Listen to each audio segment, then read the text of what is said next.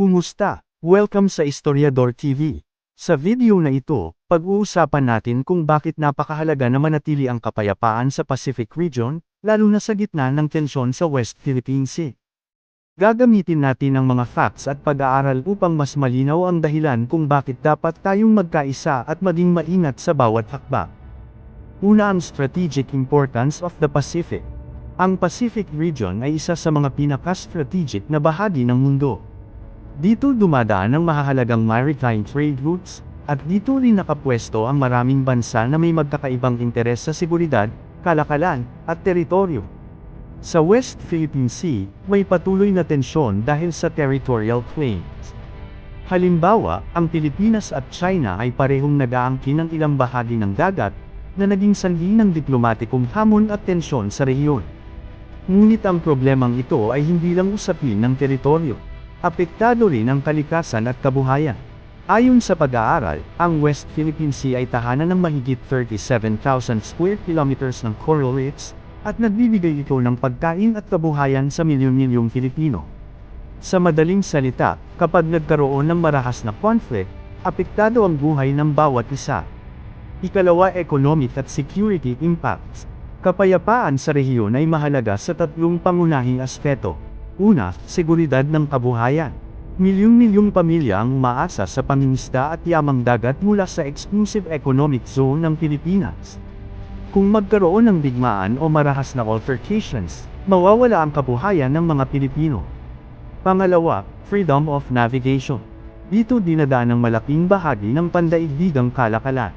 Kung magkaroon ng blockade o conflict, maapektuhan ang supply ng pagkain, langis, at iba pang produkto sa buong mundo. Pangatlo, diplomatikong relasyon.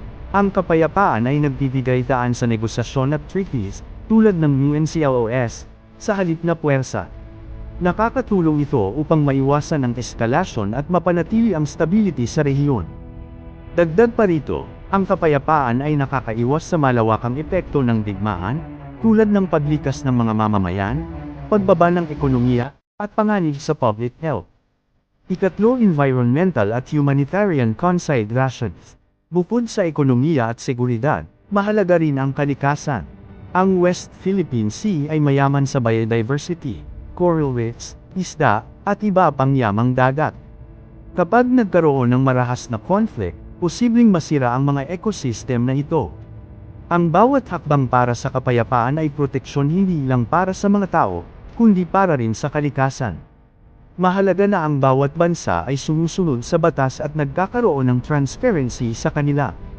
Ika-4, diplomatic at strategic cooperation. Sa kabila ng tensyon, may mga hakbang na pinapatupad para mapanatili ang peace and stability. Diplomatic dialogue sa pagitan ng mga bansa. Defense cooperation agreements. Multilateral forums para sa conflict resolution. Ang mensahe ng mga lider at mamamayan sa rehiyon ay malinaw. Dapat maging masigasig tayo sa pagpapanatili ng kapayapaan at respeto sa international law. Ito ay nakasalalay sa seguridad, kabuhayan, at kinabukasan ng lahat. Ang kapayapaan sa Pacific Region ay hindi lang usapin ng gobyerno o militar, kundi ng bawat mamamayan. Sa bawat hakbang natin, mahalaga ang pagkakaisa, edukasyon, at pag-unawa sa mga isyong ito. Kaya samahan ninyo ako sa Historiador TV upang matuto, magkaisa, at suportahan ang kapayapaan. Kung gusto mong malaman pa ang mga detalye tungkol sa West Philippine Sea at regional stability, mag-subscribe, i-like, at i-share ang video na ito. Maraming salamat sa panunood.